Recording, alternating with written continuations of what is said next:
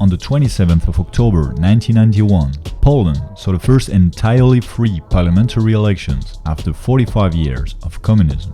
And in 10th position, with 16 seats, was the Polish Beer Lovers Party. It promoted cultural beer drinking in cozy pubs, as opposed to binge drinking vodka. Of course it was a joke, but there was some seriousness in it.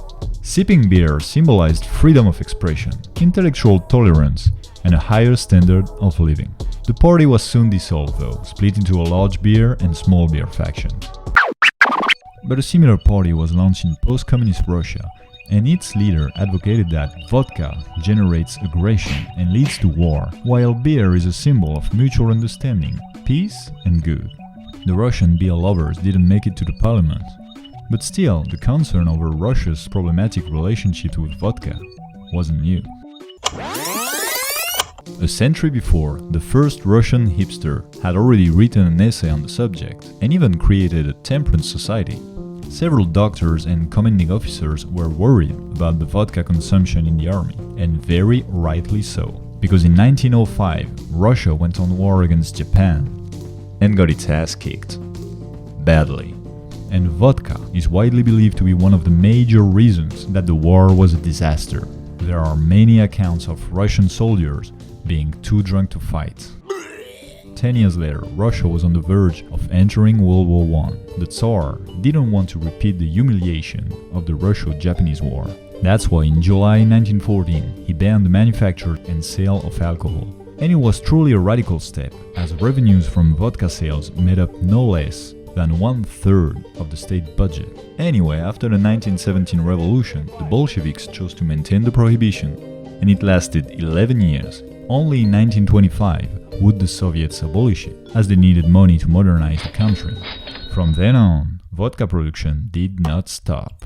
Even during the famine of the early 1930s, even during World War II, as the Russians were starving to death, Stalin ensured that enough grain and potatoes were available for vodka production, because taxes on vodka provided about 1/5 of the government revenue. But at 1 a.m. on the 9th of May 1945, the news broke out in Russia. Germany had surrendered. The Russians immediately took to the streets, many of them just wearing pajamas, and they began to celebrate. 22 hours later, something very unusual happened. The country had run completely out of vodka. Not a single bottle was left to empty. A city that never runs out of alcohol is a recent study named London the city with the most bars in the world, with more than 1,000. Surprisingly, in the 17th century, two of the most popular drinks in England were actually French, wine and brandy. But in 1688, the British went once again at war with the French, and so the government introduced heavy taxes and blockades on the French products. But the English didn't want to drink beer all the time, because they feared they would end up looking like Germans. They wanted strong booze, anything that could replace the brandy. So the government encouraged the local production of gin, a liquor derived from the Dutch beverage Genever. The distilling industry was liberalized, the taxes lowered, and no license was needed to make spirits, as opposed to beer. The gin industry was basically a free-for-all, and small distillers flourished beyond measure. By the 1730s, London was reckoned to have over 1,500 distillers and 7,000 gin shops. A pint of gin was cheaper than a pint of beer. So gin became the preferred option of the lower classes. This period is known as the Gin Craze, and it's full of horrific stories about gin addicts. Like Judith Dufour, a silk thread spinner who strangled her 2-year-old daughter Mary to sell her clothes and buy her daily dose of gin. Stories like that started a moral panic among the upper classes, and gin was seen as the root cause of poverty and crime. Sounds familiar. Remember? Crack Cocaine. The use of crack increasing quickly. Fearlessly setting up an open-air drug market. So the government started a war on gin with a bunch of laws known as the Gin Acts.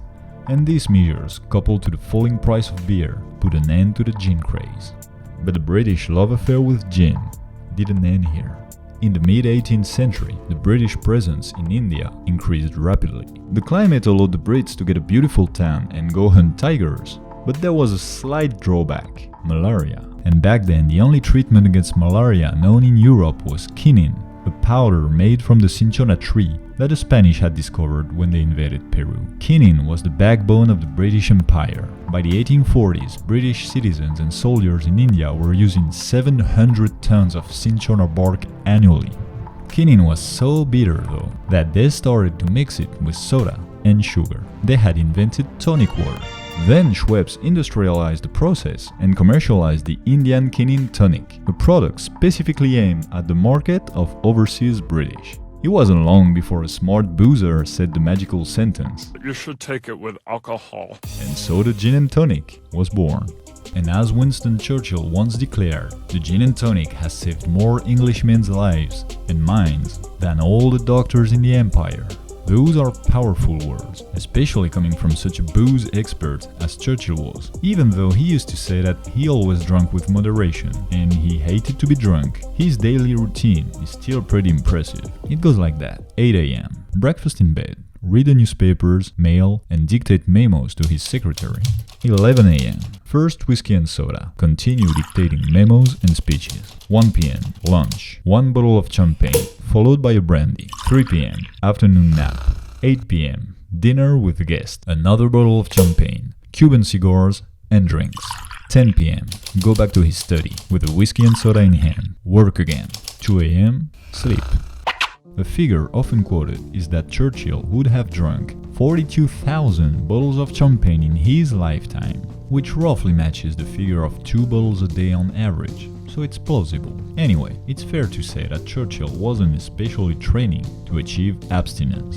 But in 1931, when he toured the US to give lectures at the height of Prohibition, he was forced to face it, didn't like it. Luckily, when he was in New York City, he made the typical English mistake while crossing the streets. He looked right, was hit by a car, and immediately taken to the hospital. He then saw Dr. Pickhardt, who concluded that during his convalescence, Churchill needed, quote, the use of alcoholic spirits, especially at mealtimes. The minimum requirements would be 250 cubic centimeters, around 6 shots. In the middle of dry America, Churchill had a license to drink, and would not hesitate to use it. But regardless of the copious amounts of booze he drank, Churchill used to say that he's gotten more out of alcohol than alcohol has taken out of him. Others are slightly less optimistic, like Charles Bukowski, who saw drinking as a form of suicide where you're allowed to return to life and begin all over the next day. Anyway, might it be a form of suicide? Alcohol is not the quickest nor the more spectacular way to achieve it. One of the most spectacular ways to commit suicide was displayed by Colonus, the advisor and friend of Alexander the Great. He built a huge funeral pyre and burned himself alive. To honor his old friend, Alexander decided to organize funeral games.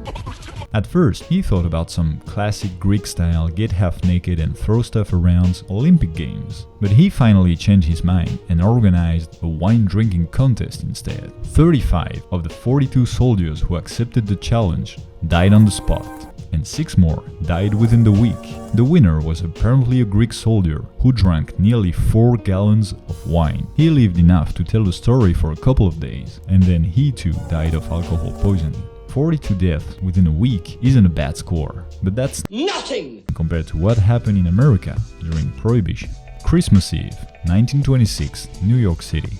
As snow was falling on Christmas, more than 60 people entered the hospital for alcohol poisoning and 8 died from it. Within the next 2 days, another 23 people died in the city, and it went on and on and on.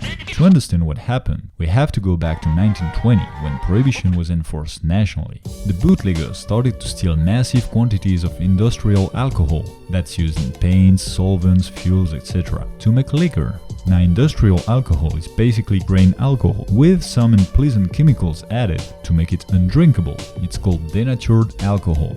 And the only reason to do that is because alcoholic drinks are heavily taxed, so most governments require alcohol to be denatured if it's not meant for human consumption. So logically, the first thing bootleggers did was to hire chemists who were able to get rid of most of these unpleasant chemicals in the industrial alcohol. Come on. The Prohibition Bureau, the federal agency in charge of enforcing prohibition, had to find an answer. At the time, the head of the bureau was Wayne Wheeler. When he was a child, he had suffered an accident caused by a drunk employee at his family's farm, and that had given him a lifelong aversion to alcohol.